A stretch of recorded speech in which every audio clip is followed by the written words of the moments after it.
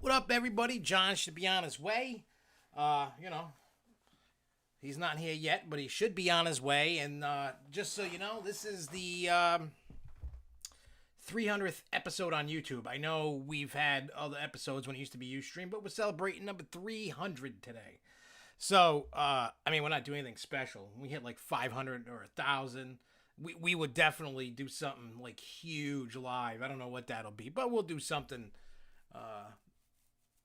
huge and good. But hey, what's up? I want to make sure I always do this at the beginning. But what up, Tony? What up, Max? What up, Craig? What's up, Josh? What's up, Max? What's up, Alex? What's up, Reese? What's up, everybody that's watching? And if you're new here and if you haven't ever chatted or watched, there is a chat. Don't be afraid to say what up, or if you got a question or a comment or a concern or whatever. Wonder if the business model changes and the prices go way up. Hey, what's up, Charles? Alex, here's what I think about. I mean, we don't know too much. I mean, COVID threw a monkey wrench because when Jim Reed Anderson left and the new guy came in, and then COVID hit us in the face, and we're like, oh, I don't know what's going on now. So it's definitely changed the way that the game goes in terms of Six Flags. Because who said this? Max said it. The last time Six Flags worked with B&M was X-Flight at Great America. So, it is good. I think you're going to start seeing prices go up. Maybe not crazy, but they're going to have to do something. If they want to be... Look, they need growth. You know what I mean? Like, when you have stocks that you're selling and you're trying to make money and you're trying to appease the stockholders and you're trying to bring in attractions, over time you're gonna have to raise prices. You just can't keep them the same and then expect more results because it's cheaper. It just doesn't work that way. So if there is gonna be a price increase, I would say next year. I think this year with everything. Hey, what's up, Preston? You know what I'm saying? Like, I don't think they would do it this year because all the regular season passes from 2020 are still good this year. We know people got an upgraded tier if you stayed paying with your memberships. There's a lot of things here. So maybe the business model is let's not buy 6 of the same rides for 6 park, as an example, so on and so forth. That's what I think is hopefully. You know what I mean? SeaWorld no longer does, at least right now, season dining. It's daily. You know what? I honestly see the meal plans leaving the parks. While it's great for everybody to save money, but with all the deep discounts, do you really need it? Hey, what's up, Grobble?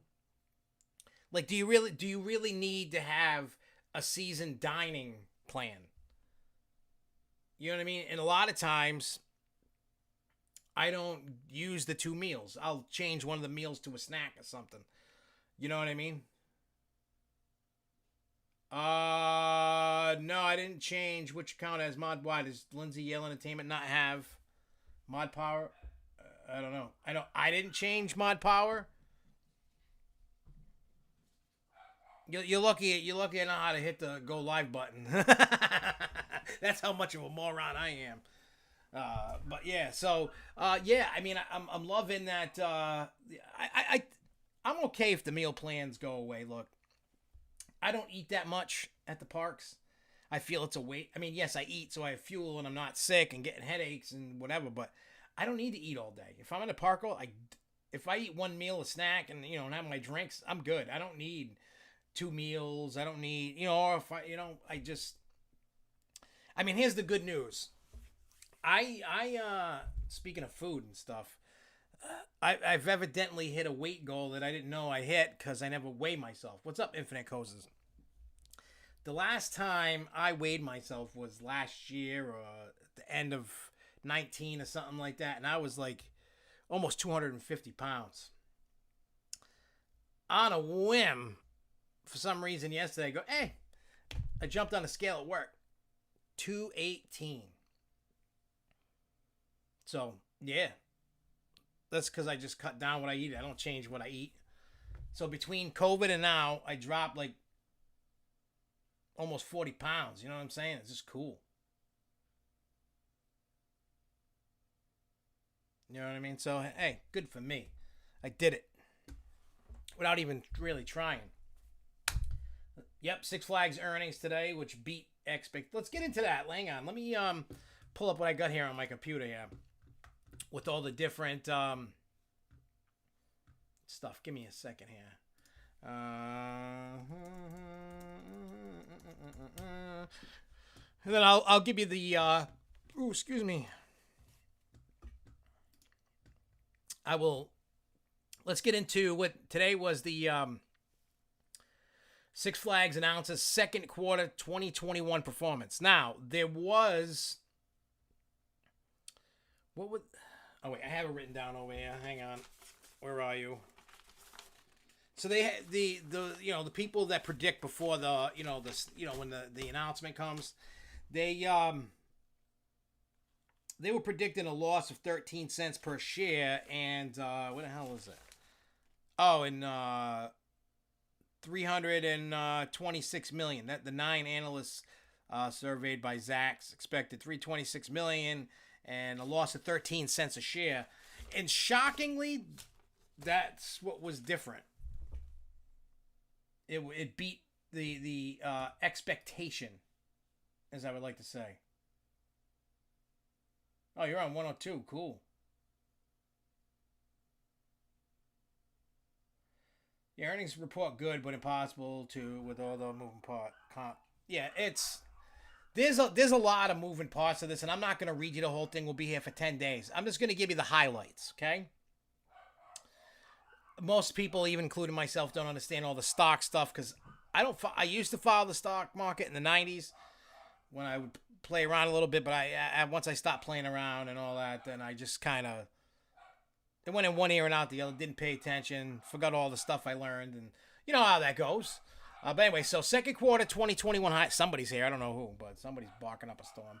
Anyway, second quarter 2021 highlights. So attendance was 8.5 million guests, a decrease of 2 million compared to the second quarter of 2019. Total revenue was 460 million, a decrease of 17 million compared to 2019.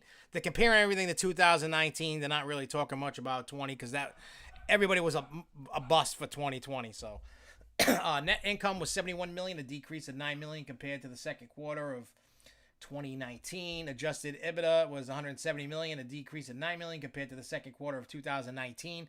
Net cash flow for the second quarter 2021 was 190 million.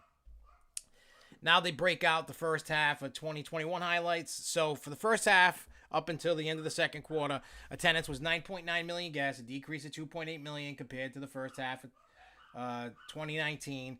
Total revenue was 542 million, a decrease of 64 million compared to the first half of 2019. Net loss was 25 million, decrease of 36 million compared to first half of 2019.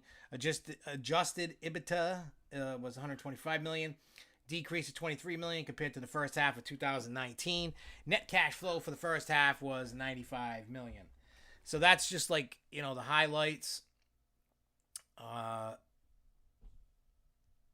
that.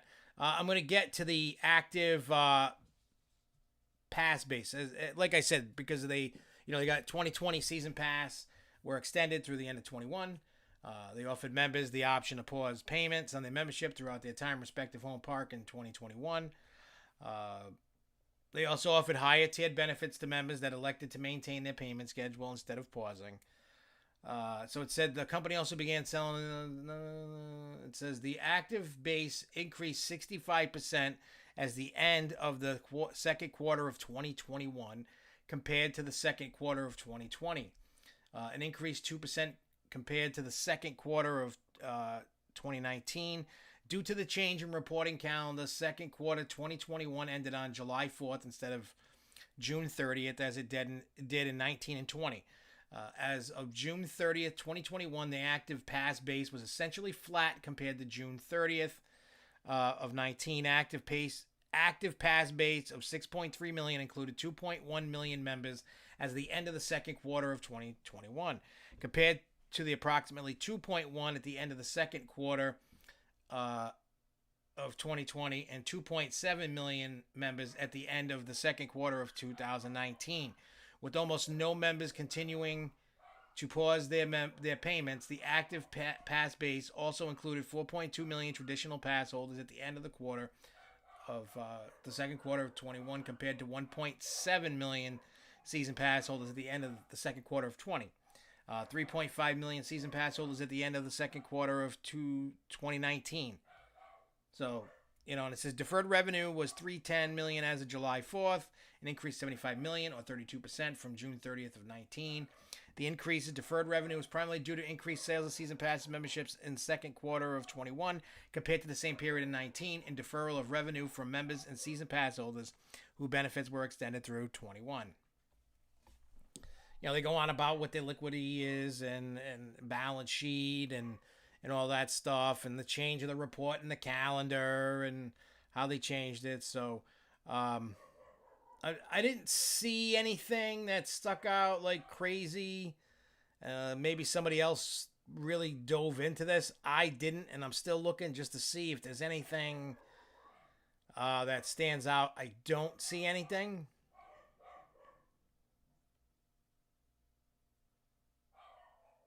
So who knows? I'm just saying that's what I've seen.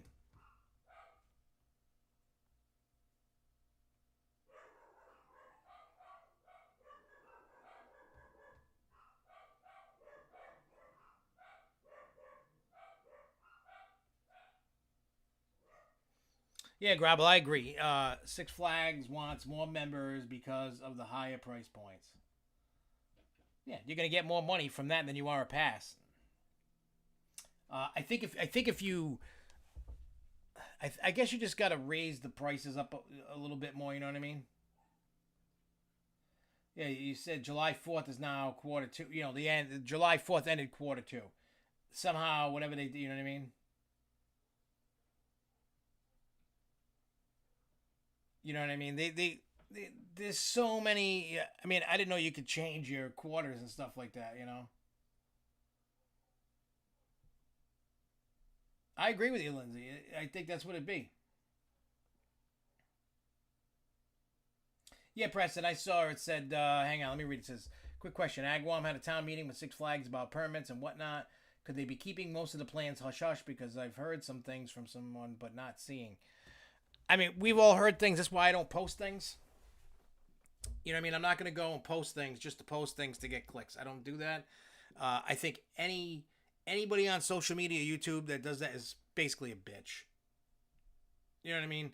If you're doing that to get clicks, all you're doing is getting your fan base pissed. Anything I post is because I showed. You know what I mean? That's what. You know what I mean? That's what I feel. That's my opinion. I don't know how everybody else feels, but I think if you're doing that, you know, to get clicks, I think you're a little bitch. Anybody that does that, that's just my honest opinion. Yeah, with I mean, I'm glad to see K-Pax is at pre-COVID levels, like they're getting their steam back. I don't think they'll be totally back to, 2019 or better than 2019. Uh, what do you call it? With everything going on, I think it's going to take another year or two to probably by next year. And it's also going to depend on what rides that they do put in. I'm a firm believer they don't need to do a ride at every park every day. I'm a firm believer that the park that doesn't get one, like I've always said, should get maintenance. Paint buildings, make things look nice, paint the rides, fix your problems. Because I don't know about you guys, if you guys have seen what's been going on at the parks without anybody really saying it, but if you've been there and you paid attention, you will see that, what do you call it? That there's a lot of issues. And it's not just Six Flags, it's all parks right now.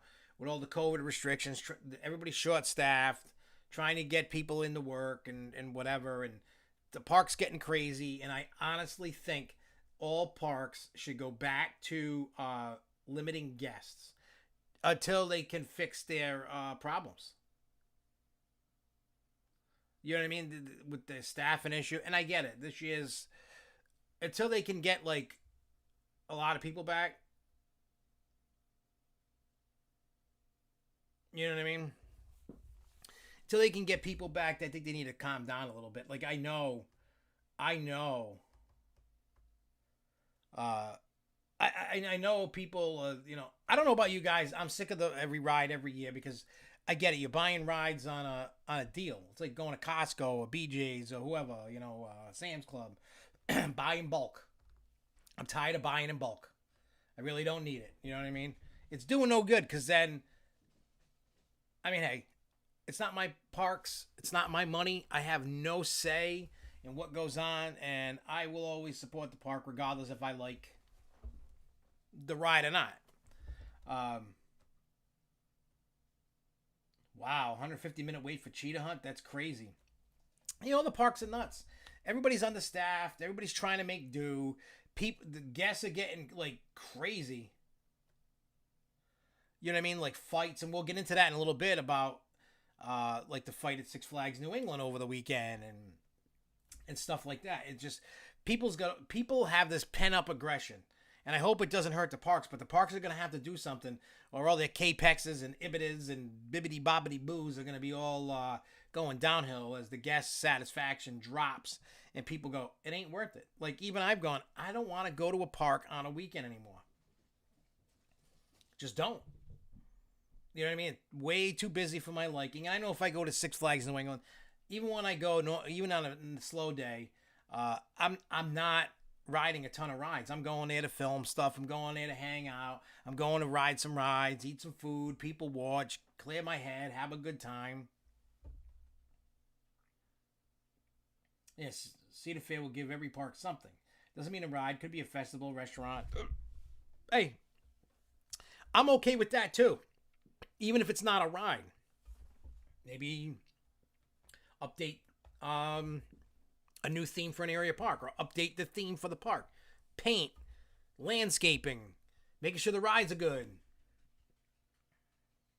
You know what I mean? It's just craziness all around, and I can't wait for things to kind of settle down a little bit. I think it wouldn't be as bad as if they had more employees. I know, like I said, short-staffed, all across the board, short-staffed. Get it, you know, and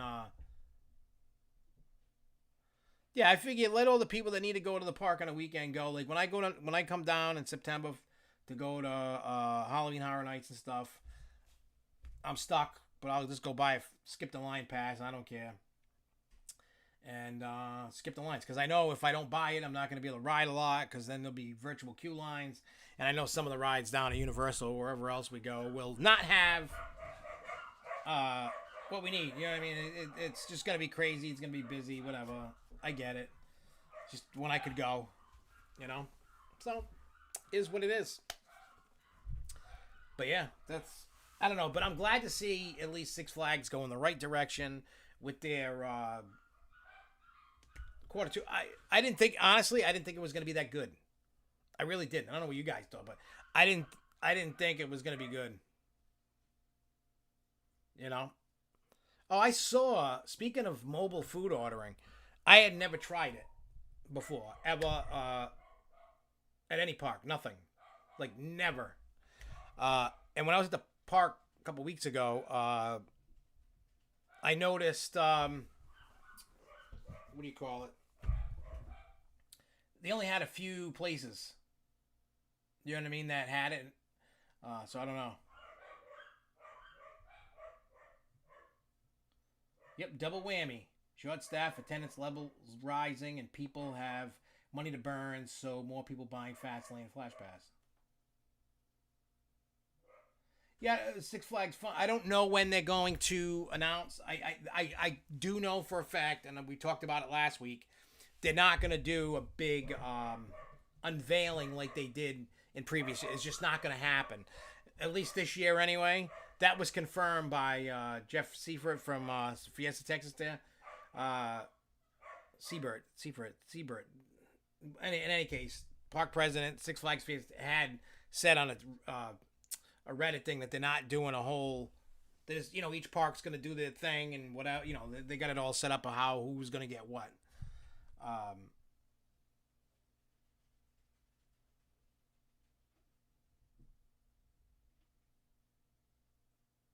Let's see. Busch Gardens food lines are lower. Six Flags better at lines for food. Quality lower than SeaWorld. Toro Nitro, Jersey Devil are all down. That's crazy.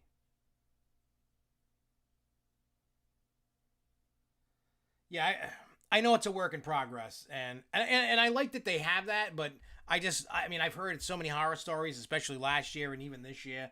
Like somebody goes to order for a certain time, and it takes them like an hour and a half to get it when it could have been, 10, 20 minutes or whatever. And it just... Next time at the park, I'm going to try and, do some mobile food ordering just to try it out, see what it's like and all that, I've never tried it out, but I will. people have asked me how it works, and I'm like, I don't know. No, you know what El Toro needs? A 100% complete retracking. 100% complete. That's what needs to be done.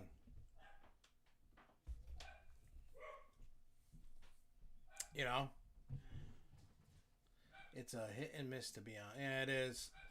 How do you think New England will announce their ride? Hey, I hope they announce their ride like they did with, like Fiesta did. Have a little fan event and do that. Oh, somebody's here. John's here. Uh-oh. What's up, Johnny Cakes? Not much. Joshy Cakes. Hey, Cupcake. Yeah, I think Jen would do something cool when it comes down to it. Yeah, we'll see what happens. I mean, this is going to be the new experience, I think, John. Yeah. Because what do you call it? We're not gonna get the every year. Yeah, you're not gonna get the every year thing. You're not gonna get probably still gonna get clones here and there, but I know. I wish they wouldn't do that though. I mean, I know with the flat rides you're limited. There's not thousands of different types of flat. I know it doesn't exist.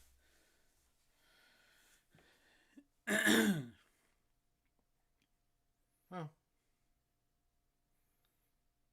Hey, T. Crowley. What's up, Preston? The rumor around the campfire at New England is Goliath is going.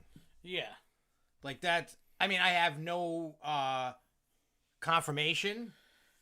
I mean, going based off of what I was told by the park, was when we heard Goliath was down for the season on the website, and that was big news. And then I asked, I went right to Jen and I said, I'm like, I get it. See, here's the thing with Six Flags. Well, I'm sure you get the same thing from like Cedar Fair and any other corporate park. They're gonna give you the corporate answer. You know what I mean? You're never going to get a hey.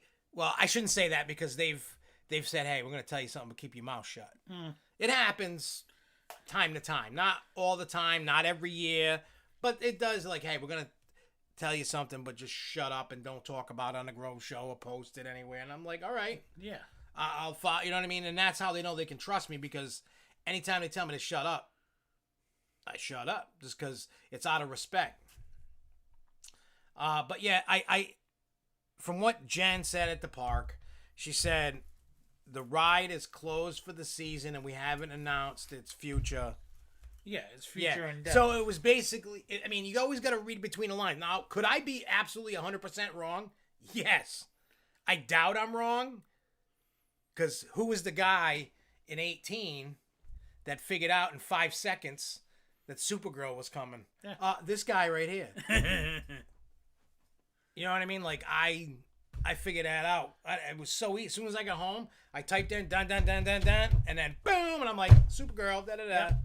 Because what they had posted on the billboard, on the marquee there was... Which was the issue number of DC Comics of when Supergirl first appeared in DC. And I'm like, oh, I bet you the park saw that and went, that mother... Mm-hmm. They're like, they had just put it up on the marquee, and I'm like... I figured the clue out.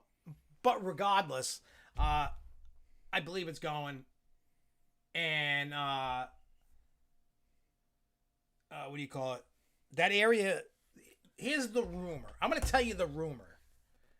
But it's rumor. It's not confirmed. If you want to run around like a bunch of idiots going, oh, SFNE online said this is happening. No, I'm not saying that this is happening. I'm saying this is potential. This isn't what's coming. This is a rumor. Take this with a grain of salt. Yeah, it's not official until the park confirms it. So, the rumor is Goliath leaves. Crack Axle Canyon becomes steampunk, and there's a couple of different types of attractions that could go into the spot. That they're talking about a Raptor, not the size. You probably more in line with like Fiesta, like a one-woman size.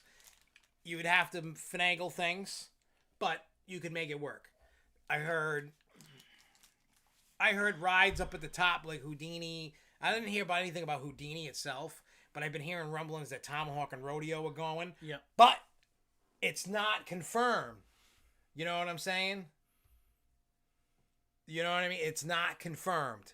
So I can't tell you one way or another it's happening or not. The other thing is like a launch coaster, kind of. I mean, I don't have it here, but if you guys looked at Facebook yesterday, Premier, the company that makes the coasters, there's that New England Amusement Association, whatever thing, and they have a meeting.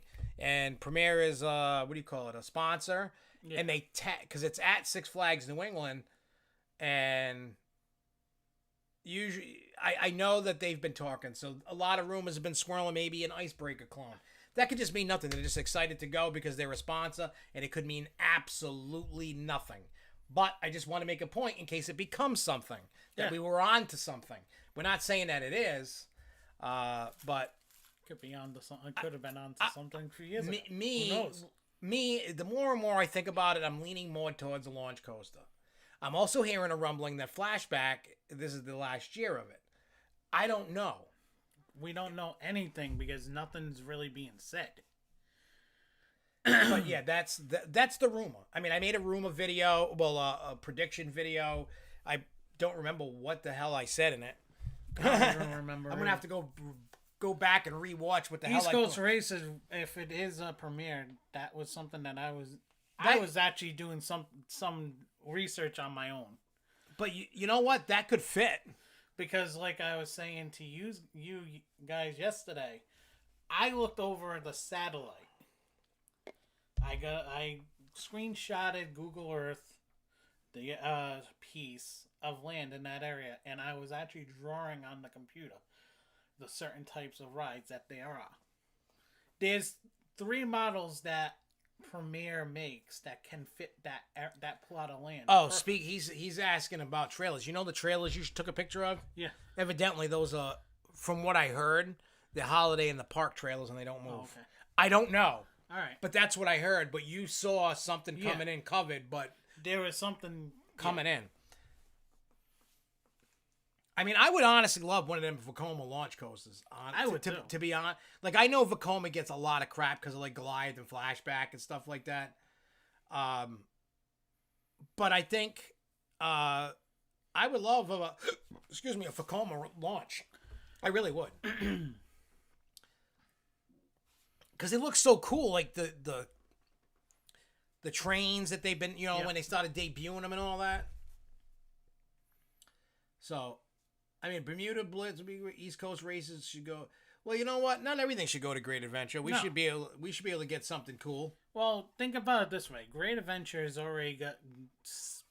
Let's just make people on Great Adventures got a big head. They got a good lineup. Not really. Well, let's give them a big head. Not really.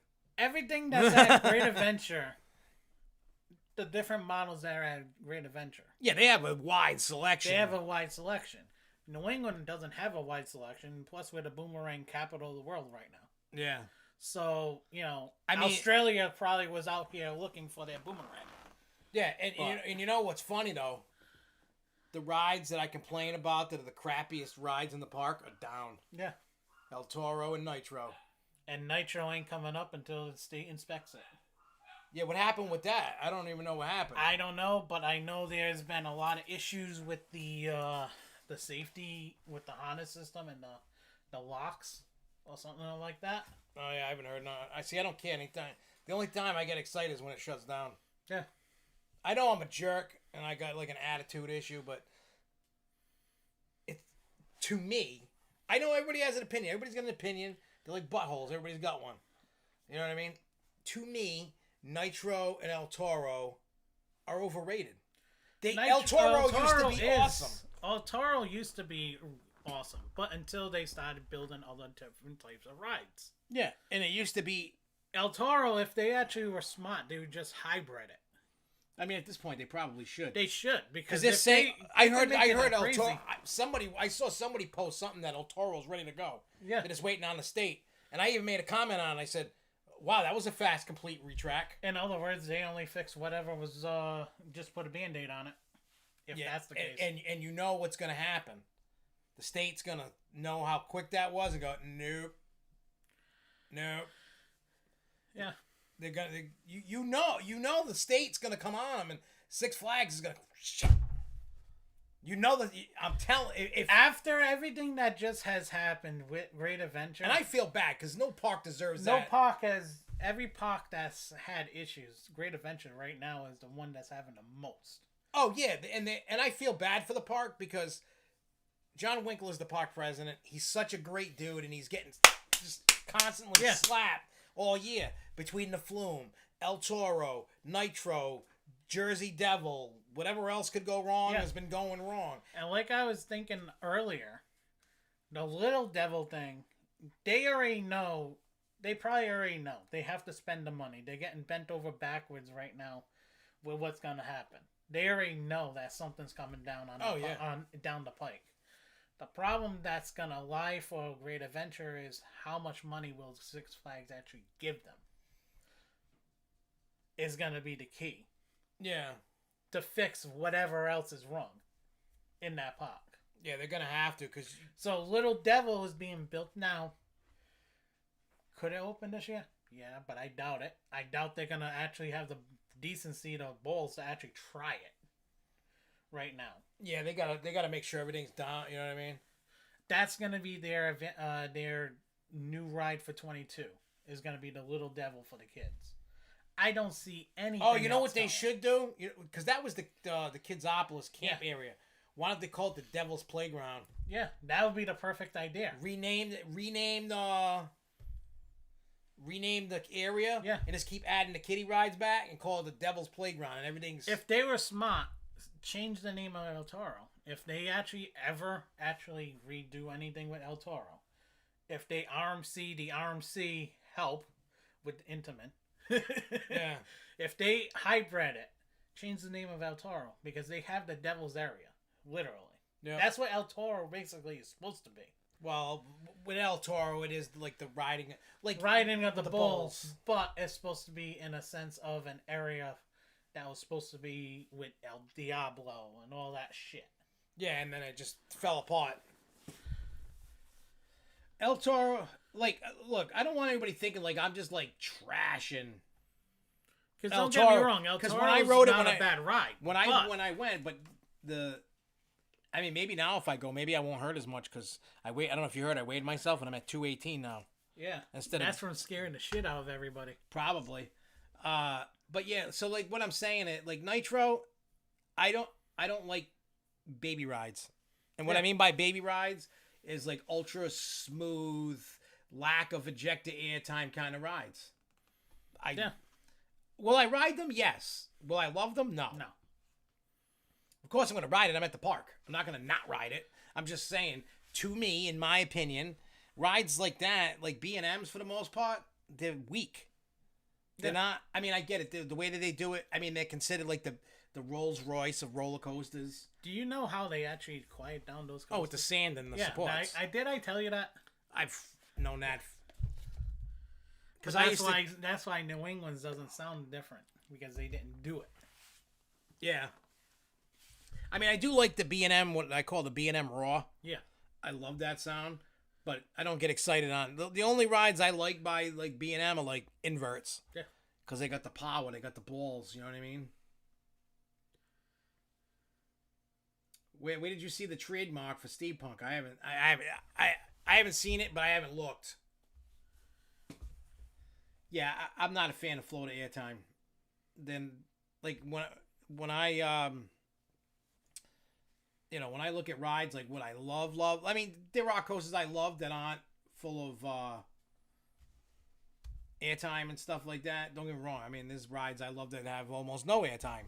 But if you look at my top rides, they're all airtime monsters. They're all, you know what I mean? Yeah. They're always airtime. Love them. I want to feel like I'm getting thrown out and killed. Yeah. I don't want to really get thrown out and killed, but I want to feel like I'm getting thrown out and killed. That's what I'm into that kind of thing, I guess. Like the little pit of your stomach coming up into your chin. Oh, I don't get that. No, I haven't had that for 10 plus years. That was gone. I remember when I first rode Superman, I'd get that. people have asked me, you don't get that feeling. Why do you ride? Because that's why everybody rides. I'm like, I just love, like, a lot of times I'll close my eyes and I just like feeling the ride. And I just love it. I get it. I do get like an adrenaline rush, but I don't get that pit in my stomach feeling at all. On nothing.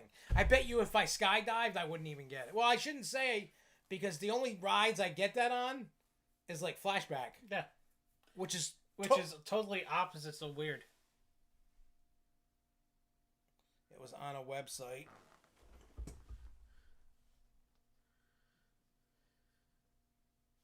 Yep. No, you're right, Lindsay. El Toro was originally built alongside Rolling Thunder.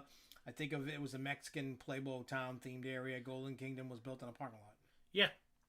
If you actually look back at my Why Are They Gone Rolling Thunder, there is a little playground to that. What do you mean? I did say a little bit about being El Toro being on the side of it. Yeah. It's just, I mean, I get what they're doing. I get where they're going with it. It's just, I might not. I'd still pick El Toro's area versus Golden Kingdom's, despite my hatred towards El Toro. I agree, Linz. I like that area as you're approaching. You know when you're walking to El Toro. Yeah. And especially nighttime. You know, you got the gift shop there, and then where the bathroom is and everything in that area, the lights. And, you know where the old Rolling Thunder station and where El Diablo was, and it just gives you that nice feel. Yeah. And I like the area. I just hate the ride. Let's see. What do you want New England's next coaster to be, and what do you think it will be? What I would love, and I know it's probably not, would be like an East Coast Races. Let me tell you guys, I was lucky. I agree with you, Grovel. They should have kept Rolling Thunder and RMC'd it. They really should have, because if you actually watch that video, how much work they actually put into it. So, holy crap. Yeah. But as for what I would want it to be, and then what I think it is, I would love East Coast Races. I was lucky enough to be able to ride that when it was brandy freshy new in 2020. Yeah. Right before the pandemic shut everything down. You know what I mean? I got luck. I was lucky. So with that being said, and I rode it, and I was like, wow, this ride's really cool. Because it's weird. It's like you start racing one, and you're going around, but you're really racing from the second half of the one that you're racing. And then when you get into the second half, you're racing the new one. Yeah. Because you pull into the garage, and it's telling you whatever. And it's such a cool ride. I would love an East Coast Races. I would too. I could see what they could do for a whole themed area for it, because if they really wanted to pay homage to Riverside Raceway, that would be the perfect paying homage to it. Yeah, but I think they could theme it to steampunk and just put it around stagecoaches or mechanical spiders like in Wild Wild West. I mean, it could be. I don't know. I'm sure that they could get different cars. Yeah, there are different. It obviously wouldn't be called East Coast Races. They could use train. Yeah, they could. That would be cool. The Zamparella Double Heart kind of seems to be the perfect fit for Goliath. I don't see that coming. No. I could be wrong, but here's why I don't see that coming. Because down the road you got Phobia. It's pretty much Phobia. It's different. Has different elements to it, but it's pretty much Phobia. I mean, they might do it. I don't know, because I know they're not going to go get a Skyrocket 2 because Lake Compounce has one. Well, also, didn't you say before that they had the contract? I know a lot of parks do that, and I don't know, I can't remember 100% if they have one for that, but I know a lot of places do. Like, I know, what am I thinking? Busch Gardens in Williamsburg and King's Dominion. If you look at the coaster types they have, they look, a lot of them look a lot different. Yeah. Like one has some that the other one doesn't have, and sometimes they make contracts with B&M for 20 years. You can't have this kind of model for 20 years. You know what I mean? And that happens. It really does, but I don't know if they would do that with like a Skyrocket 2. I don't know. Because it's really... The Skyrocket 2 reminds me like the New Age Boomerang. Pretty much is. Same thing like with the Joker at New England. Yeah. Those two rides could go either way as being the new style boomerang. Yeah. They could. You know what I mean? It could go that way, but I don't know. See, I'm very leery about the SNX Axis coaster. I would love to see one and ride one, but all I see is just major problems with it. One, it's SNS. Number two, the way the trains look. Yeah, to me, the Axis coaster is a futuristic coaster. Okay, blah blah blah blah. It's basically an SLC. It's basically a remade version of like what Big Bad Wolf is and the Bat. Think about it; they swung out. Oh yeah, that's right. I mean, they didn't go upside down, and I know the Axis can, but it's pretty much the new version. Isn't that what the Arrow, wasn't it? Yeah, the Arrow version. That's at Busch Gardens. They got a Kings Island. Canada's Wonderland. Yeah, I rode the one there. Canada's Wonderland. Hey, what's up, Jason? Yeah, we haven't gotten to Fiesta text yet, so you didn't miss the good thing, you know. The distance requirements are probably more on the big coast. Yeah, it's probably because think about it. I know between like King's Dominion and Busch Gardens, like if Busch Gardens like put an Alpengeist, I don't remember. Yeah, what do you call it? King's Dominion doesn't have a invert like that. No, they don't. So it's like, oh, we got that. Da, da, da, da. Yeah, I agree. Axis looks like a main. I mean, it really does. You know what I mean? I don't. I could be wrong. I don't know, but I just don't see an Axis being. I don't see it in the Northeast. I see it staying more in the Midwest and the Western coast. South, West Coast. I don't see Midwest. them coming up here in North. It was as high as they would go. Probably would be Great Adventure. I don't know. Maybe I don't know. But to answer the question, to go back to what do I really think is going to come? It's either going to be a Raptor or something like Max Force, or like Icebreaker. It's going to be one of those three. I'll take an Icebreaker. Icebreaker doesn't look that bad of a ride. Honestly, I'll take either three, just because I haven't ridden a Raptor yet. They look fun. I heard they're kind of mediocre from some people. Some people say they're awesome. Depends who you talk to. SF4D, yeah, and plus nobody really rides it. Yeah. I have never seen that queue. The only time I seen the queue full was the other day when I went there. Remember? Yeah. That was the only time, and I should have took a video of it.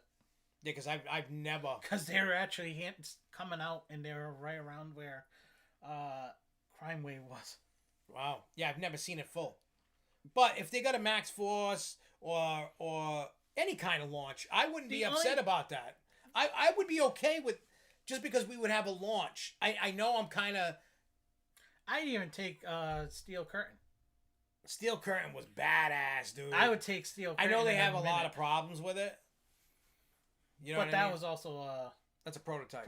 I'm sure because I know going up they had to put music going up the lift hill because the train and all that was so ridiculously loud.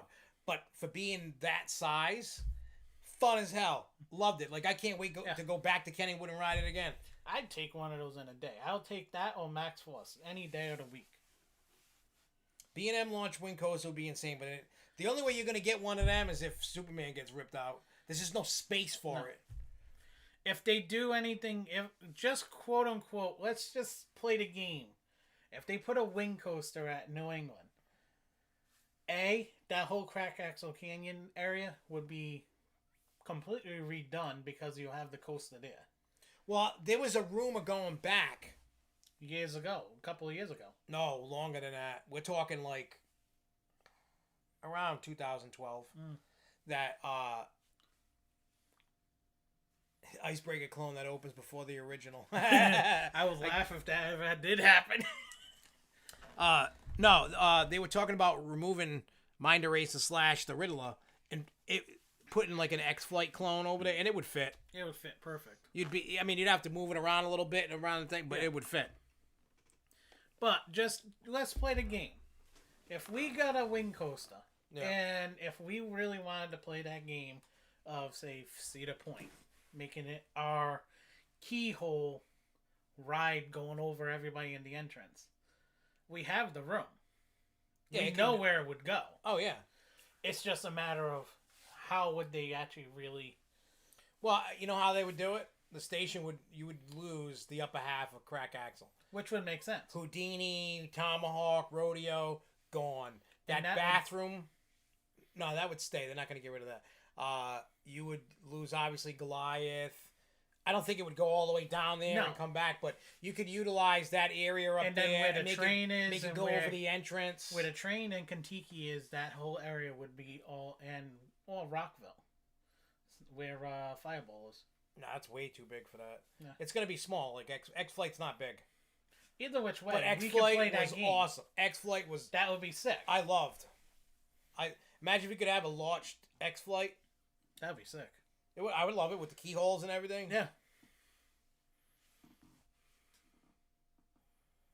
Pete said that what's to come for New England is huge, record-breaking, something like Six Flags has never seen before. I doubt it, but... I'm not picking on you, Preston. You know, look... I love all the people at New England, and you know, but there was people that were asking me if I knew what was going there yet. The funny thing is, when it comes to their job, like a Jan or a Pete Carmichael, is to sell you on that ride so they could sell season passes, souvenirs, and food. Right? They will tell you anything. They will tell you anything just to get you to buy what they're selling, whether it's right or wrong. How many times they go, look at this big crazy... Oh, they were using that kind of rhetoric with Fireball. Yeah. And we're like, no, you can't do that. It's a carnival ride. It's not a coaster. I don't care what the manufacturer says. It's a carnival ride. It's a flat ride. In my mind, it's a flat ride. It's not a coaster. You can call it whatever you want. That's why we couldn't do that battle, because we both have the same mindset on that. Yeah, I know. The record-breaking Gershlau. I don't know. Well, I can't say never. Never, because they're going back with B&M, so... It could be. I don't know. But, again, I'm not buying what they're selling only because of what it is. The only thing I could see what goes in that area, like we said, a launch coaster. Now, what can go in that area? Okay. If you want to play the game with Premier, like I was saying, we have 3 different models that are going to be full course. Yep. Okay. Look at RMC. There's a Raptor model. That's it. And the rumblings of them working with Premier. Who knows? Yeah. But that might not be... That I don't know about that. You also can play a game with, okay, what other companies did Six Flags do a lot of work with? SNS. Okay, what's coming SNS-wise? Axis. And Steel Curtain. Yeah. Those are the 2 categories I could see SNS making in New England. But I don't see an Axis coming in New England. You know what? I agree with Adrenaline Central. That makes sense. Jason, my bet for the Gershlau is Dollywood. Yeah. Makes sense. By far. Because from what we read, and they're saying a record-breaking coaster.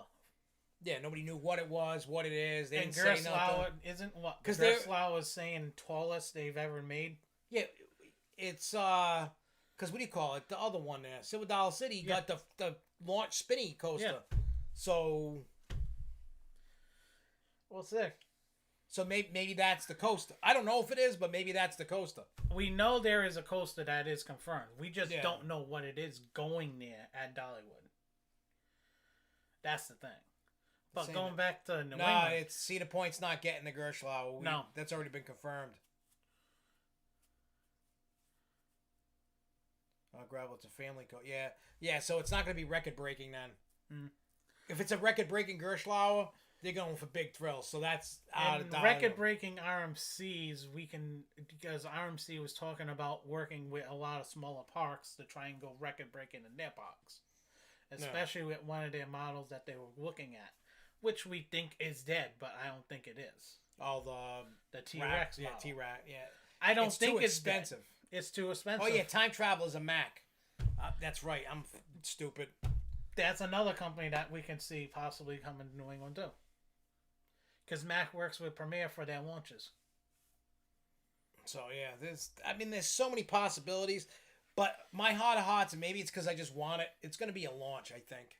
Yeah. Of some type. I think what you're going to see is, at the end of this year, whenever they make the announcement, If they make one, because don't forget, they could be removing Goliath this year and nothing goes in that spot next year. It could be something in the water park for next year. I don't know.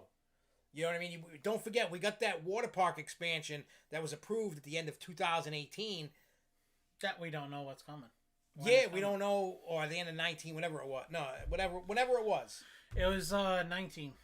Because we were thinking 2020's, end of 18, because we were thinking 19 was going to be the water park, and it ended up being Supergirl. Yeah. But yeah, so that's what I think.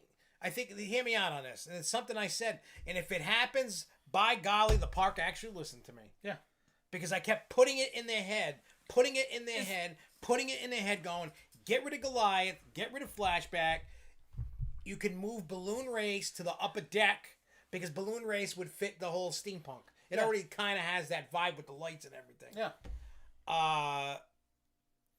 Matter of fact, if they really wanted to change it to a steampunk, they can actually make it look like it's all repainted up, retheme it to it. It would actually. I think that they could do it. But what I'm getting at is, you put the station of the launch in Flashback spot, shoot it over to Goliath, let it do whatever it's got to do. Yep.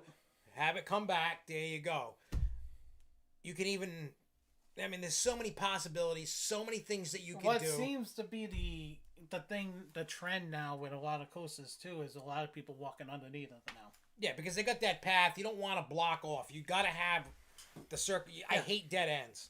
That's another thing. All parks that are watching this, and I know you guys do, stop with the dead ends. Figure a way to stop that. Yeah. It's getting sickening. Yeah. I mean, and you're hurting your own park. Yeah, because look what happens with the Houdini area. Nobody goes up there because they're tired of the dead end. Yeah, they want to be able to walk around in a circle somewhat. You know what I mean? What? Yeah, that's one thing we didn't hear at all, and it makes us wonder.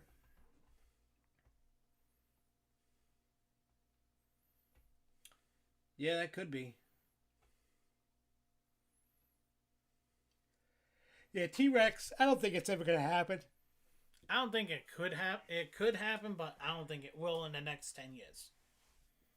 The cost is just too high. Yeah. Unless they give unless RMC just eats some of the price just because they just want to put one out there. Oh, they'll work on a deal. Yeah. They'll work on a deal because then they'll build it. And then usually when they do like prototype stuff, a lot of times the companies, and I've seen it just because I've physically seen it and talked to companies, when there's a prototype, they'll give you a deal on a ride, and then they'll have that company come in every so often, just check everything out. Any problems, they come in, they cut you a deal. It doesn't always happen that way, but I've seen it in a few instances. Depends on the type of ride. If it's a flat ride, they're just going to give you a deal. They're like, any problems, just give us a call. We'll figure it, Yeah. Like I do know, and I was told that because like Compounds told me this. When they had issue with their drop tower, SNS was able to sign into the control panel from their headquarters and do updates and tests of the ride from across the world. Wow. I was like, what? That's cool. Like, I was like, really? And they're like, yeah, you can do that. And I'm like, all right, cool. I didn't think you could do that, but I mean, why? I don't know why you couldn't, because look what I can do with a phone, with my work. I've showed you what I could do. Yeah. Right now I could turn my cell phone on. I can do it using that program right there. It's AnyDesk. And it's free. But anyway, I can sign in there and I can just go to every JCPenney store we control while the store's open and go right from here. I've done that from Six Flags bench. Just, well, that's because they asked me to do that, not because I was being a douche. They asked me to turn a bunch of lights off, and I did it from the thing. OG Bat over Vortex. Yeah, OG Bat. Jeffrey said one of the people from B&M did help with the project. I mean, it's cool that they did that. You know what I mean? So, all right, I didn't read any of the news yet. I know you were going off on some of it, but not much. Yeah. All right. So I talked about the quarter results. I'm kind of liking this free-flowing conversation. I mean, I hope we hit some of the points. We did hit some of them, that's for sure. You know what I mean? But, if we don't hit them all, I don't care. Did you look in your email? The members' announcements are in there. Oh yeah, I want to. Yeah, let me do that real quick. I'm trying to hold off a tiny bit on the Fiesta Texas thing. Not much longer. Let's just do some quick. Let's do some quick hits so we can get back to main. Like the good topics we want to talk about. Just because me, I got a blabbermouth. I typed it out. I want to say it. Six Flags St. Louis starting this past Monday. Guests are not required to wear masks again, regardless if you're vaccinated or not. So. The guidelines are starting to come back. There's talk about Central Florida parks, like Disney and Universal going a little backwards, at least with the indoor stuff with the masks. It hasn't happened yet, but I know the CDC dropped that today. Right? They said, regardless if you're vaccinated or not, you should be wearing a mask, which defeats the purpose of a vaccine, but... Anyway, what else is there? Oh, Busch Gardens, Tampa announced Hollow Screams, another haunted house called Cell Block Zombies. It says, welcome to Purgatory Penitentiary, where afterlife sentences are served with a vengeance. Incarceration is just the beginning, as maniacal guards shuffle fresh meat down dark and lawless paths for processing surviving the prison yards, leads to the maximum security and confinement that is anything but solitary. There are only two options for inmates here: break out alive or be devoured in detention. Sounds like something we were thinking about. Man, I came up with it first. You stole it. You stole it, you poop faces. What do you call it? Frontier City. So, a guy has been banned from Frontier City in the Six Flags Park for 5 years for providing water to visitors stuck on a ride. The guy... It says, we're heading back to the water park area, seeing the roller coaster. The Wildcat was stuck up there. He said he asked staff about getting the ride as water, but was told they didn't have people trained to do that. So the guy decided to buy water and take it upon himself to climb. He hopped over a handrail. He said he didn't see any signs saying personnel only, walked up. They handed it to personnel up there. And then next thing you know, he... Oh. I see. But what this is the statement that Six Flags had.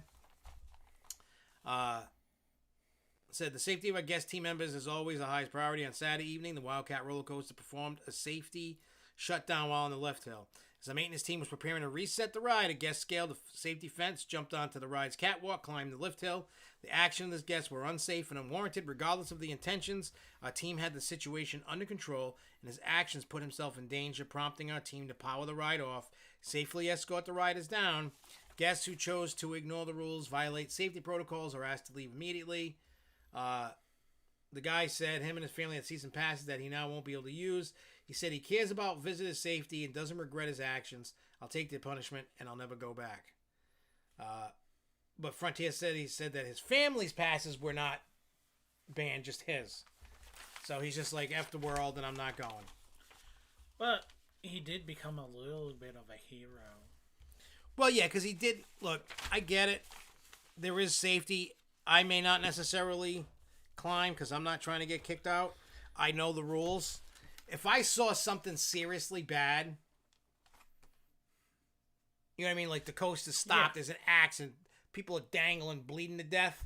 I might hop a fence and go help and take a risk. I have no choice. You know me. Well, you're a firefighter EMT guy, so I have the training.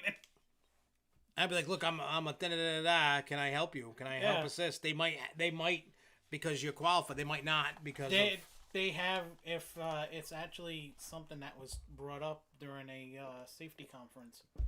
If anything was at, like, say, a music park, or if you were at, like, an event and there was something had happened, you jump in. If their security or anything stops you, you tell them what you are, they're not allowed to stop you. Really?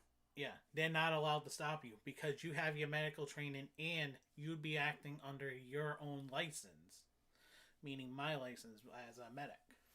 Yeah, so if you mess up, it's on you, not the park. And if anybody dies under my hands, that's on you. It's on me. Yeah, in that case, I ain't touching nothing. That's the Good Samaritan laws. Yeah, I know. All right, what else is there? All right, But so there is other things that go along with that. Yeah, I'll actually have to explain that. yeah, I'm all set personally. We're trying to do that. I ain't trying to be no hero. I mean, if I'm like, walking a sidewalk and I see a baby carriage going across the street, gonna get hit by a bus, Then you'll jump. maybe. Sometimes. Depends. Like, am I gonna be able to do it? Am I gonna be able to save them without killing myself too? If the answer is no, sorry, baby. You'll die. We'll put you on a cross, and I'll use you in my next show for the abortion song. All right. Six Flags Great Adventure. They confirm. Oh, they confirmed about Fright Fest preview haunt opening this summer. According to the park, Big Top Terror Forgotten Carnival 3D will open to guests from July 31st through September 8th, 2021.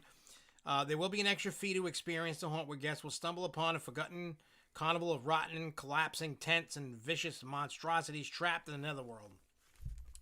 So you got to pay a little bit, and you'll find out. I already seen the pictures from there that they already started doing stuff like that. I mean, it's cool. I hope Six Flags New England does that. Yeah. But they might not, because if the rumors are true and Fright Fest is it really happening and things are construction, you will not have Midnight Mansion this year. No. But we don't know that, but that's just a rumor. Rumor. All right, so we're going to talk a little tiny bit of Six Flags news, and then we will get into Fiesta, Texas. So hold your panties, hold your horses, and we'll be there. So, 2 items at Six Flags New England. The Rumble in the Jungle. So that means the day that they had the traffic was the same day that they had the fight. Yes. Wow. All right, so I just told you the 2 things. We all heard about the traffic. There was people that spent 2 hours trying to get to the park, and they were like a mile and a half to... Yeah. And most of the complaints were on the Connecticut side. Oh, yeah, trying to get in and all that. I know Six Flags and the police have been talking. They've been hiring extra police, to help with the traffic, to get people in. And so they had that. So it was just crazy. You know what I mean? It was crazy. And I do know, and I'm not saying from who or what source, but I can tell you that there was 35,000 people in the park that day. Yes. That's a lot of people for that park. Yeah, that's way too much for that park. But there was also a fight at the Riverboat Cafe. Yep. And it ended up being the Rumble in the Jungle. I mean, hang on, I'm gonna... Yeah, please show the video. I don't have the video, but I got pictures. Hang on, that's a Fiesta thing. Sorry. Oh man, I wanted to see the guy fake fall. No, I got pictures. I got pictures of the ordeal. Oh, that guy was funny. He barely gets touched and falls backwards. That was definitely a WWE move. Like the dude, one dude's definitely getting his ass whooped in this. Yeah. So, here, check this out. Look at this. Look, he's just like, wah! You can't see me, but I'm slamming my hand. He's pounding. Yeah, he's just pounding the dude. They're just He's fighting. UFC in it. Yeah, he's just like, I don't care. I'm kicking your ass. All right, let's go to I got more photos. This is great. Yeah, my camera's off just because it's just a different tab I click. And it has, you're not going to see me when I do these like videos and pictures and stuff like that. So, what's this picture? Oh, look, the dude's getting stomped. He's stomping a mud hole. It reminds me of the Insane Clown Posse song from Tunnel of Love. That Shaggy Too Dope. Yep. I say stop, you say whoop whoop stop. Yeah, that's it. That's actually a girl actually doing that. Oh, all right. So the girl's stomping. Sorry, I just see all the girl's stomping a mud hole in his ass. Yeah, I just see braids and stuff, and I just know that. Okay, so that's the guy there, and he had. I know that's fry abuse. I know. Like, all right, you want to fight? Don't hurt the French fries. Like, come on. What did the French fries do to you? You want to fight? Go have it. Throw hands, beat the crowd. You know what they were fighting about? Those really good burgers they have. Yeah, they're probably... One thought it was great. One thought they were crappy. Look, it's like this guy's like, all right, I give up. Stop beating my ass. Look. The guy's like, put him up, rip the shirt. And the other guy's, all right, stop, I quit, you win. I lost, all right, I get it. And I got one more photo, and then story time's over, I guess. We can talk about it. What do you got? I mean, this is something that's happening way too often. Well, let's see. We heard a lot about it happening at Great Adventure. Now we're starting to see it here in New England. All right, so we got... Look, he's bowing after he beats him. He's like, ta-da! Here's a magic trick. Beat this guy's ass. He's like, look, he's bowing. He's like, ta-da! Thank you. I'm here all weekend. Why can't some of this stuff happen while we're at the park? I know. I'd all be up in it like CNN. I'd be like, oh, yeah, we got to eat and we got a show. I'd be sitting there eating, filming. This is good. Here's my burger. That's a French fry. That did not look great. Yeah, I know. The fries are an improvement, but they're still not great. I think the best fries in the park are at JB's. Yes, they are. If you come to Six Flags New England and you're particular about your French fries, go to JB's. That's the only place to get good fries in the park. And burgers. Here's my advice. Unless you want chicken fingers, and you don't even have to go there to get chicken fingers, just skip Riverboat Cafe. At the end of, like, I used to love it. Go down in Rockville, the chicken finger place in Rockville. Oh yeah, what is it? Kickin' Chicken. Go to Kickin' Chicken. They got you know what? I'm going there because now they got new flavors for chicken. So they got hot and not so hot, and so I think that's gonna be the next place I go to try. The next time I go is Kickin' Chicken. maybe they were trying to bring Kickin' Chicken. Yeah, they were kicking the chicken. That guy was a chicken, and he didn't have the proper sauce on him, so they kicked him.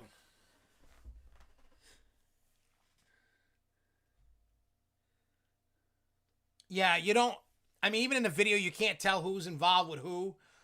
I mean, when I want pizza, I go to Primo's. I don't get it at Riverboat.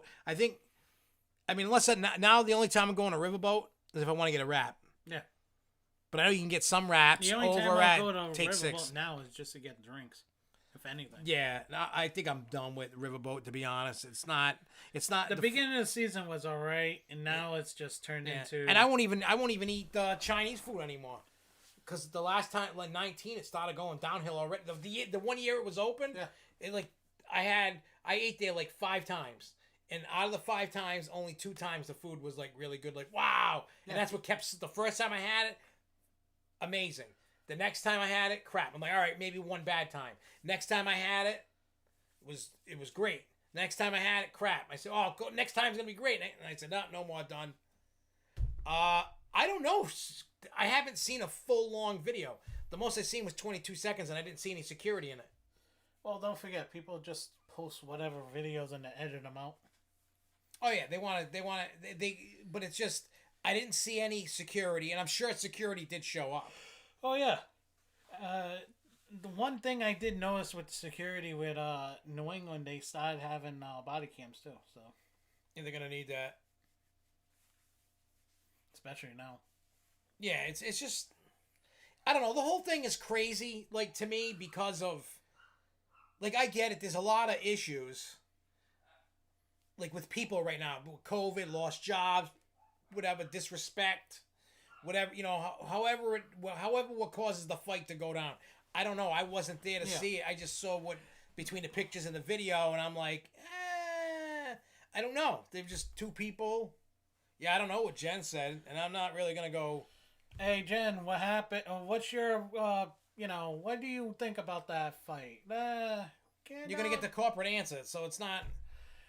Well, She would tell me stuff off camera. On camera would be like, we at Six Flags New England are all about safety of our guests and our employees, and it was an unfortunate incident. The police came, security came. The thing is I was just waiting for a video to come out where somebody yells, "Can't we all just get along?" Yeah, I know. It's just, I hate to see people, like, I see it all the time, you know what I mean? The thing is COVID's made people crazy. We've talked about that so many times. It made me go crazy, but I mean, I'm not crazy enough to go and Start beating people. But we're starting to notice now the big things that are happening at the parks. Great Adventure had tons of fights last year and the year before. Disney's had their fights now. New England's having their fights now. But the thing is, with New England, also, this happened Saturday. So, naturally, the pent-up aggression really came out of people on Saturday. Because if there was 35,000 there, the lines and everything for hours, on top of having kids there with you, oof. Yeah. Your blood pressure was, any of these people that go there, your blood pressure was probably 3 digits top and down. Oh, yeah, and look, and it said they, look, people are acting, Robble says, people are acting stupid everywhere, not just theme parks, and I agree with that. Yeah, I agree with that 10,000%. It's just come to the point where people they got locked up for a year. And they didn't get to let loose. And people don't give a shit. Yeah, people didn't get to let loose. People are getting loose. You know what I mean. They're letting their anger and their locked up crap get the best of them, and I get it. I saw someone hit security last weekend over a flag. I could see that. I could see that easily. These fights make me wonder what haunt season will look like. Well, I could tell you this, T. Crowley, because last year was the first year that I ever acted in a real haunt, not my house haunt. That I used to have, but and he was there with me. He was the ringmaster last year with me, and I was jumping out of the box, right? So when there was one guy that went through every set trying to square up, because like I popped out of the box and I always have my rubber bat. Now you're not gonna. I mean, you could if you hit him right, you could kill somebody, but the dude's like this, like right in my face, like his face, here's my face, and I'm like, dude, I got a bat. I'm like, I'll beat your ass. Like, I don't care. Then the guy, then they're like, selfie time. Oh yeah, and the clown. He comes out and gets him the second time. They had the black tarp on the black light hallway that we had, and.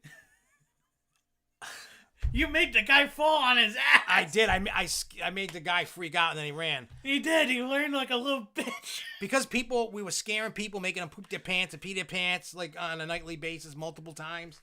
They got a lot of holes in that black plastic. I know Crowley's gonna know because he used to work at the Factory of Terror, so he would know. He would know this. You know, like with the black tarp stuff. He knows. But. So there was a hole already. Like you could stick your face in it. So I just went like this, made it bigger so my whole body could go through. And I was like, tickle time, mother. You know, I swore. I finished the word. The guy falls over. It was just hilarious because he fell over and then friggin'. And then he gets up. We like did a military crawl and ran. Yeah, I scared the little. I wish that was on camera.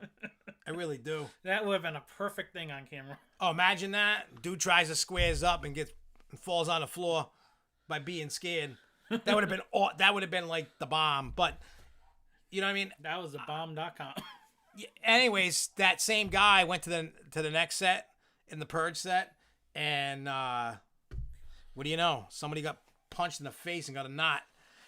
I mean, in the haunt industry, it happens all the time. Always happens. I mean, I've heard stories from other people in other haunts, like crazy stuff. Even when, I mean, Crowley, I know you know Twitch from Factory of Terror, Worcester, and he's told me some crazy stuff. I've talked to the guys at Fairtown. They've told me some crazy stuff that's happened. It happens at every haunted house. It's going to happen. People get scared and it's like, bam! You know what I mean? Like, it's just a reaction. I'm sure... I mean, I watched somebody... Yeah, if you're going to fight, don't go. I tell people, like when I try to explain, like, the extreme nights, like at Fairtown, or even what 13th World does, where I work with the Touch of Fear stuff, I tell people, I'm like, just go with it. You're not going to get hurt. You're not going to die. Just roll with it and you'll have a lot of fun, right? And some people they're like, I'm like, don't go. I said, don't go looking for a fight. It's there to be interactive and have fun. You're not going to get killed. You're not going to be seriously injured. You're only going to get injured if you freak out and run smack into a tree or something, or a wall or whatever. You know what I mean? I remember I had a group of girls that we scared in the clown hallway, and they went and they almost took down the whole wall, like a 16-foot long wall. That because we're outside, they almost took all the black tarp off and everything. It was crazy. They got scared and fell. And we're like, whoa! We're trying to help them and trying not to break character. It's really tough. And look, I'm gonna tell all of you something that are watching any of you that go to haunted houses. Crowley, he can attest. Before I started working in a haunted house, when I used to do reviews all the time, before that happened, I didn't totally get what everybody went through. You know what I mean? Workers went through until I experienced it myself. You don't realize the hard work, dedication, the blood, literally blood, sweat, and tears from everybody. You're going to get hurt. You're going to fall. You're trying to put on the best show. A lot of people just don't appreciate it. They mess with you. They mess with the sets. The people steal stuff. You know what I mean? And you got to give the haunt owners and the actors and everybody credit where credit is due. And that's why I've totally changed my review process on haunts, because I now know what it's like. And anybody out there that reviews haunted houses, I'm not buying into your reviews anymore unless you've worked at a haunted house. If you have never worked in a haunted house, your word means nothing. Just up until that point, until I worked at a haunt, my word meant nothing. So for anybody out there that's reviewing haunts, don't review them until you worked in them. If you can't review them, if you can't work in them and you're going to review them, I'm not listening to it. Your word means nothing. It means nothing to me. I can say that because I wanted to try it out to see if I could even do it. You know what I'm saying? I'm okay. I'm not a top-notch actor. I'm okay. You know what I mean? I'm an okay. I only got one season under me. I'll let you guys know how much I progressed this year. You know what I mean? But I'm telling you right now, dude, I know I'm not that great. I'm learning. You know what I mean? I got some really good scares out of people, but I wasn't constantly on my A game all the time, like top notch. It took me a little bit to get into the groove. But I know this year, I know. He became almost a master. Well, and that's why I'm not going to talk about it because what Zeke and Rich said. Nah. But some excellent tutelage. Huh? My excellent tutelage. What do you mean? With you. Oh, yeah. I mean, yeah. You and Jeremy. I mean, yeah, you should see when the three of them, me, my son Jeremy, and him, when we're and Crowley, you my son was there that time we did the Monsters of Worcester. You know what I mean? Not the one that we kept putting in the box and the girls were messing with them. My other son that was with us that time when you were there. Because I put the video on TikTok, like the clip of you and my wife playing patty cake with the creepy romantic music. You know? And it was kind of weird because it almost makes it like them two had a thing. Yeah. They didn't, but I made it look like they had a thing. It's kind of weird, ain't it? Yeah. I made it look like him and Jess had a thing. Yeah, Preston. Me and him are together. I'm his consigliere. Yep. If you don't know what mob terms means, I'm his. But let me tell you, Crowley, I will give my son credit. It took him a little bit. He only worked the last 2 weekends of October. I got him in, and what do you call it? He helped a lot. I helped him, but he really helped Jeremy get out of his shell. Yeah. And let me tell you, the dude can get down, and he's very flexible. You know, they bend down. That kid was getting some good scares. He was like running. He was going the whole like 16, 20 foot long thing, all creeped down, chasing after everybody in the fog and everything. And everybody's like, "What the hell?" Like the kid got good. So I can't wait to see what he does this year. I'm dying to see how he progresses. Even all right. So enough of I know everybody didn't come here to talk about haunted houses. I know there's a few of us that enjoy them, and if anybody, like I said. We're gonna be doing a live chat on Haunapalooza podcast. Yeah, we're gonna start next week. Yeah, we're gonna start doing live podcasts. I got like the next one. We got a lot to talk about from stuff that we've done. Yeah, that we haven't took like Conjuring House and Halloween Cupcakes Horror movie Night. news is gonna end up. That is gonna end up being basically like kind of retired in a sense. We're gonna move on from that. Yeah, if you want, or if you want to, we're gonna work. We're gonna reinvent it. Yeah, we need to reinvent some stuff. Like, I want to start because there's a lot of news coming out, a lot of things that we're actually working that we need to start working on.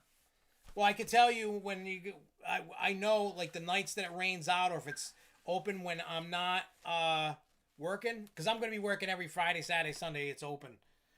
So anytime there's a rain out, or they're open on a day that we're not open. Because as they get to close to Halloween, I know Mike likes to do like a Wednesday or a Thursday before. Yeah. I'll go do that. You know what I mean? Because I know Rich doesn't do that. But I'll go. I plan on going to Factory. I plan on going to Fairtown. And if I can't do I plan on going to Fright Fest. Yeah, I plan on doing Fright Fest to do that. I mean, that's probably going to be the weakest thing we do. Yeah. Because it just sucks. They need to...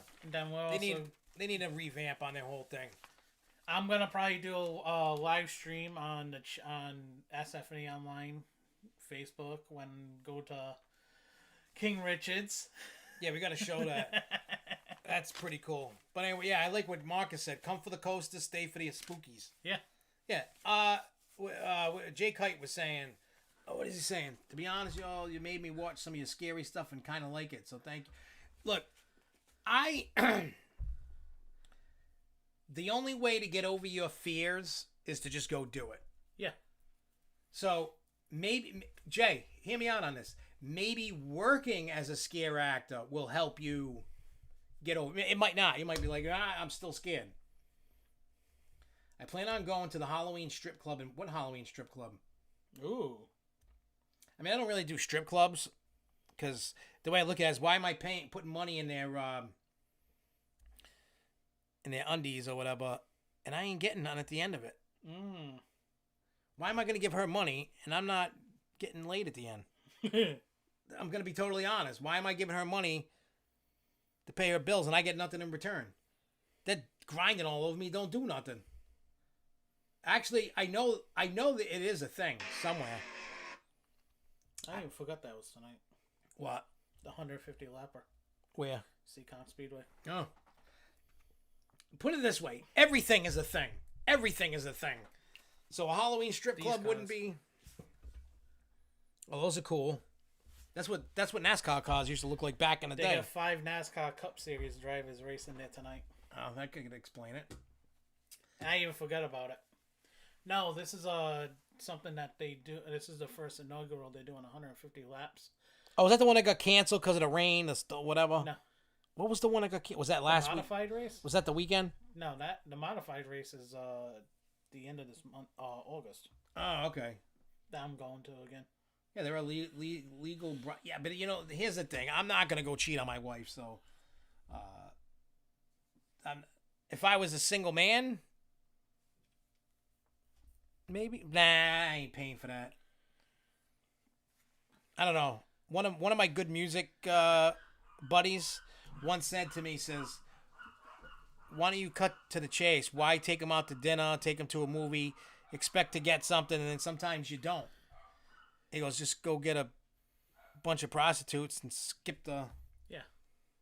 Because that was actually a plan back in... What? Oh, you have something over here. Oh. I don't know. I can't see. I'll have to look later. I don't know what it is. You got it. Back when I was supposed to go do a tour. It was like, I want to say like 2005. I was supposed to go to Europe and play in England, Amsterdam, Germany, France. Amsterdam would have been fun. That's how that conversation came up. We had 2 nights in the red light district. Oh, Jesus. But it was on tour with Vanilla Ice and some other things. But I had personal issues that had to do with the kids and some stuff that was going down that I had to drop. I was going to make $20,000 on that tour after all my costs. Like, I would have came home with $20,000 in my pocket plus merch money. And I had to. You live, Marcus, NASCAR, you're in what? He's in Texas, isn't he? Yeah, he's near San Antonio somewhere. Yeah, I used to go by. I mean, I still do stuff on the. For those that don't know this, Hauntapalooza channel is another SFNE online product. That's where all the Fright Fest stuff is going. Anything to do related with Halloween haunted houses and stuff like that. Instead of burdening SFNE online with the haunt stuff all the time. We have another channel just for the haunt stuff. But also, there's Dr. Giggles. I used to go by the name Dr. Giggles with a Z. I used to do shows with Insane Clown Posse, Tech Nine. I've played with. You played with 10,000. I've played shows with 2 people. I played a show once. It was just my dad in the crowd. There was nobody else. But I've also played in front of 10,000 people. Yeah, you're next to Texas Motor Speedway, aren't you? But anyway, so we're going to talk about Fiesta. That's what everybody's here really about, because it's a shocking thing about Fiesta. Yeah. That shocked me. I was like, what? I was expecting to hear like an S&S, not a B&M. J-Kite. Calling J-Kite. So anyway, so what we're going to do is I got 2 videos to play. One is like the announcement, and then one is the POV. I'm sure you guys have seen it and watched it to death. You cuddled with it, and you love it. So let's just play the videos first, get them out of the way, and then we'll talk about the ride, and then we'll see what everybody's excited about, so on, so forth. This is what J-Kite's been working on for the past month and a half with the updates from Fiesta. This is why we're getting all this stuff.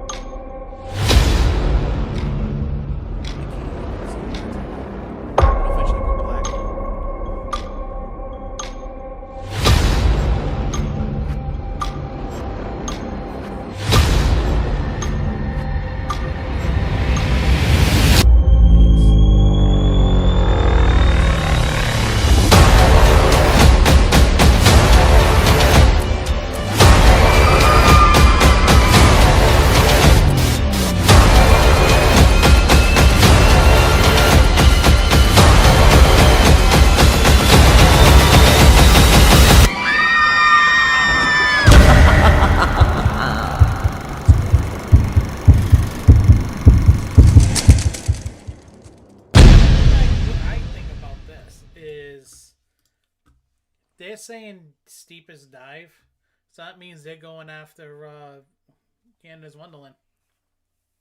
Oh, for what the hell is this? Yukon Striker. Yeah, they're going after Yukon Striker. But and to answer Jay Kite's, why is it shocking? Because Six Flags hasn't worked with B&M period since 2012. Plus, also B&M being one of the most expensive coasters out there. Yeah, they're not gonna. And a dive coaster alone, we never thought you would see a dive coaster come to any Six Flags park anytime soon. So Birdie told me that the chicken places is actually moving too.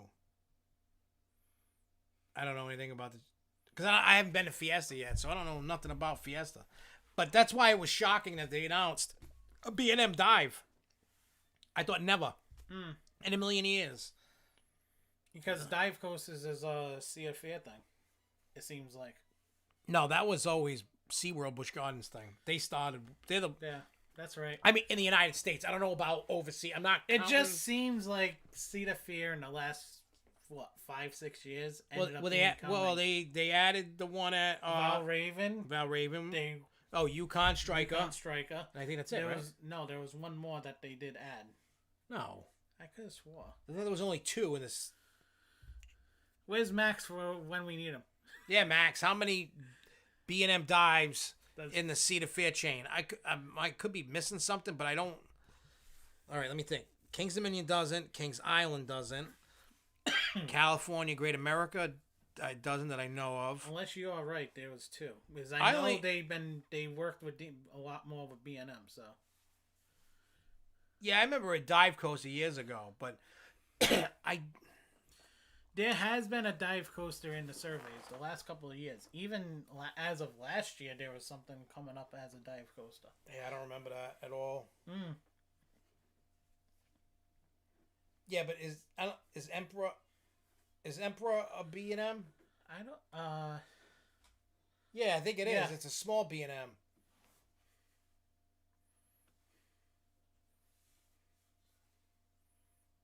But then again, that's SeaWorld San Diego. We're talking about Cedar Fair. I only know Cedar Point and Canada's Wonderland having them.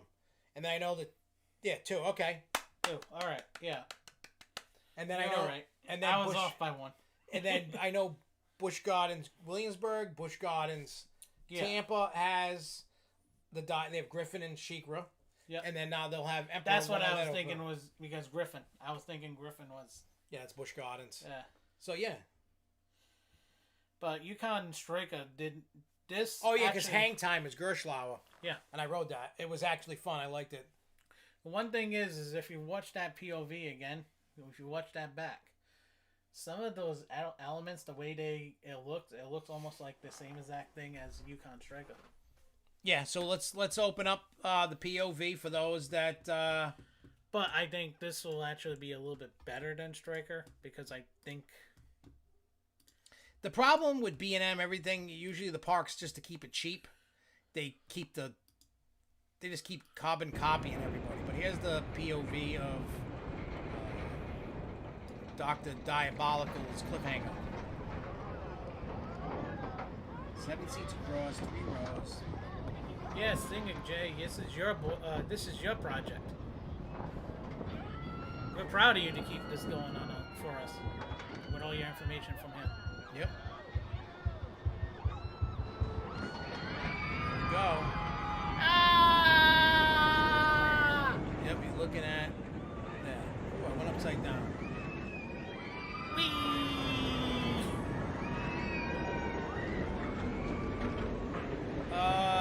I would probably say Premiere.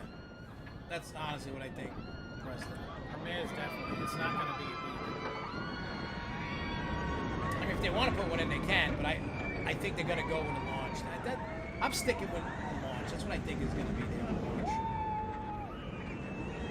I mean, this coaster doesn't do a whole lot, but it's still kind of cool. I know it's small. It looks like it's going to pack a little bit. Well, I notice everything that's smaller is usually better. Yeah, and it looks like those turns are going to pack a punch. And the reason why smaller,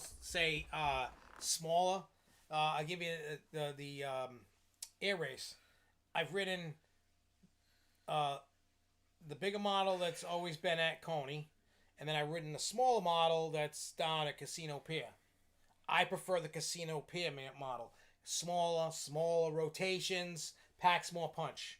Because it's a smaller ride, the circumference is smaller, so it's getting you more forces to get you going. Yeah. To do what you got to do. So I feel that's like Thunder and Lightning at Lake Compounds. I feel is better than the one at Cedar Point. Yeah. Because the Cedar Point one, it takes more power and force by the time it's going. Before you start feeling everything, the ride's over, and it's like, well, that kind of sucked. You know. I hope they put a dark ride. Have a steampunk themed dark ride up there. If they're not gonna do, I mean, Six Flags New England. I do like his idea of having, but I mean that's copying Cedar Fair. Everybody copies each other anyway. But I would love to see that happen. And imagine you're in security, trying to go through the gate and over the gate entrance. Yeah. You got something going on. Maybe it'll flip over you or something, whatever. Like I thought that would be cool. Was there a fight at SFNE? You mean like Fright Fest? Oh, fight. Yeah, there was a fight. Yeah, we talked about that. There was a fight, and one dude just got his ass stomped. And then also another dude, or is it the same dude that actually faked fell? Yeah. If anybody watches the video, you'll know what I mean. You said it's only the middle of the story. We still have more to unpack. Yeah, Skyhawk, yeah. It's cool, and I like having that option of a bigger version of it, but it's not as... Hello, Tammy Harrington. Where do I know that name from? Oh. I know that name somewhere.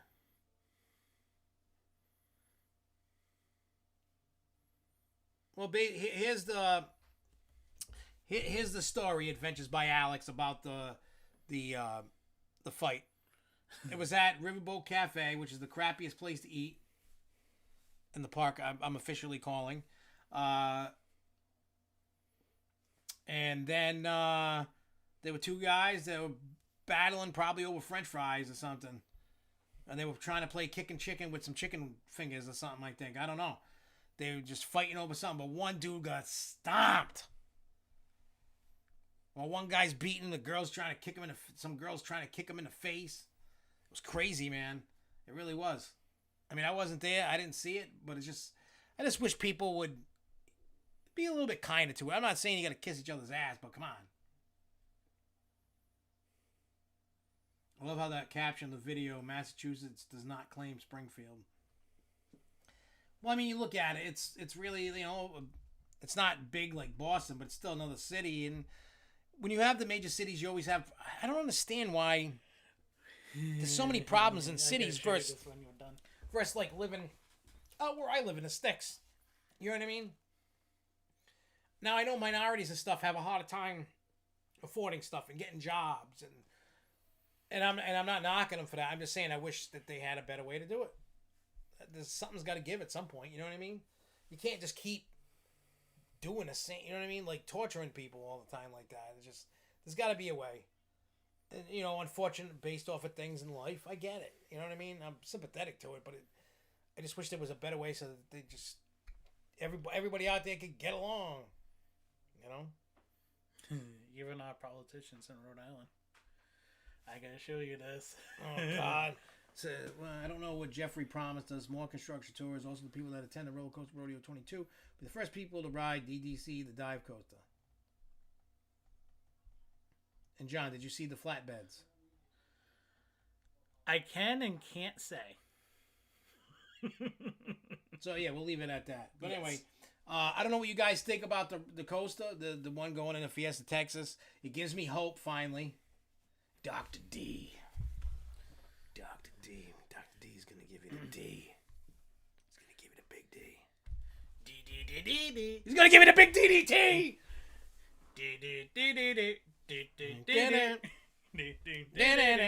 Dr. Diabolical. Dive coaster.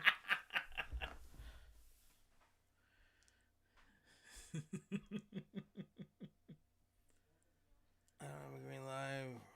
I think I'm just gonna skip Riverboat, not because of the fight. It's just the food's gross there. The only thing I really like to eat now is JB's. I'm gonna do JB. JB's and Johnny Rockets will be the only places I. See, I'm sick of Johnny Rockets. I only go in there for the AC. Yeah, it's not. Yeah, I would. I just like to. What do you call it? I would just like to. And the place over there has good funnel cakes. Where? The in DC land over there. On the other side where the stairs are. Up. Where the hell is their funnel cake? You know where You talking about Kinzopolis' funnel cakes? No.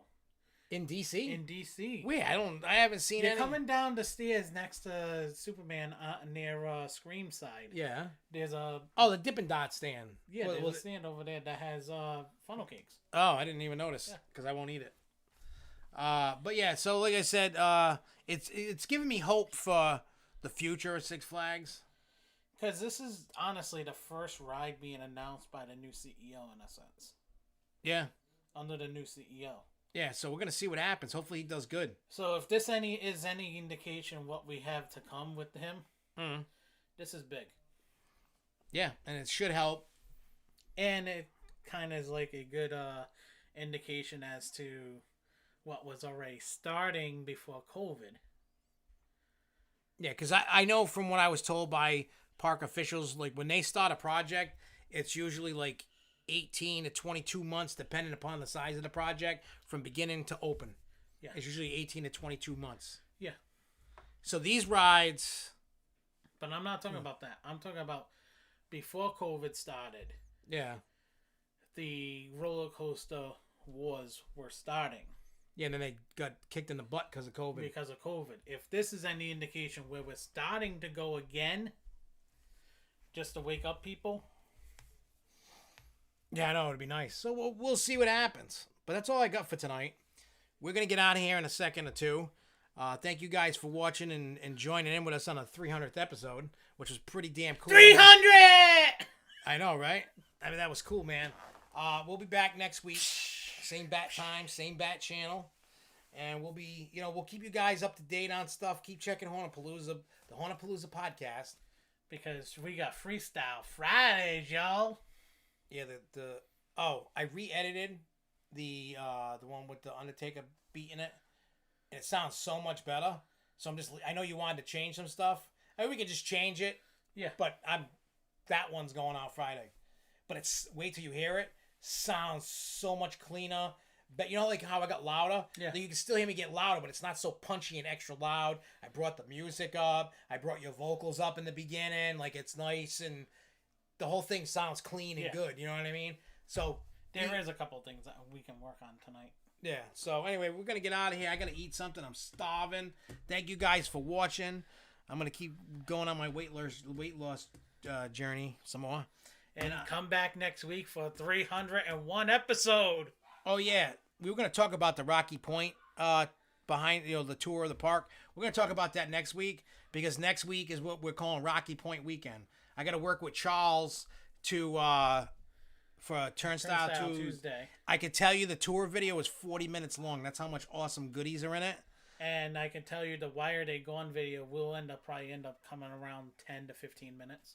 Yeah, so we got a lot of things that we got to record, get done. We're going to do it. I just got to get whatever Charles wants to do it. Yeah. And Preston, we're going to keep checking and see what's going on in the pic. Well, until we can't get in there. The only thing you could do is ride the swing. Yeah. Whatever you call that thing, New England Skyscraper. Skyscraper. And you might be able to see something in there, depending upon, but you might not. Other places I can tell you look, but I'm not going to say on here. Yeah. So anyway, we will see you guys next week. Keep paying attention. There's videos coming out all over the place between Hornapalooza and SFNE Online. So I'll see you guys next week. Till next time, everybody keep on coasting, y'all. Peace.